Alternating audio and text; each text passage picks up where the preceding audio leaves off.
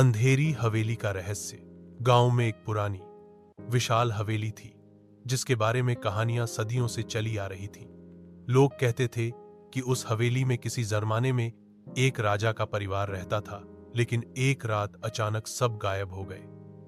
उसके बाद से उस हवेली को अंधेरी हवेली के नाम से जाना जाने लगा और कोई भी वहां जाने की हिम्मत नहीं करता था। एक दिन गांव में एक नौजवान लड़का आया जिसका नाम राघव था।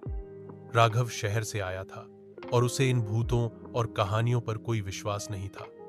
वह पुरातत्व विज्ञान का छात्र था और पुरानी जगहों को खोज रहा था। उसने हवेली के बारे में सुना और उसे वहां जाने का मन हुआ। गांव वालों ने उसे बहुत रोका, लेकिन राघव नहीं माना। राघव ने गांव के पास एक छोटा सा कमरा किराए पर लिया और अगले दिन सुबह वह अपनी पीठ पर एक बैग टांगकर हवेली की ओर चल पड़ा। जैसे ही वह हवेली के पास पहुंचा, उसने देखा कि हवेली के चारों ओर एक अजीब सी शांति थी जो दिल में एक अजीब डर पैदा कर रही थी। हवेली के बड़े बड़े दरवाजे जंग लगे हुए थे और उन पर एक अजीब सी नक्काशी थी। राघव ने हिम्मत करके दरवाजा खोला।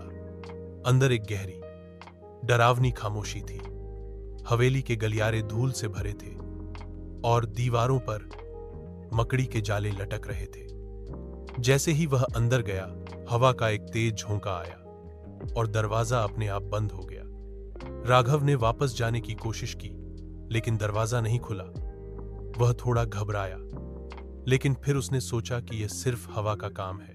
वह हवेली के अंदर चला गया।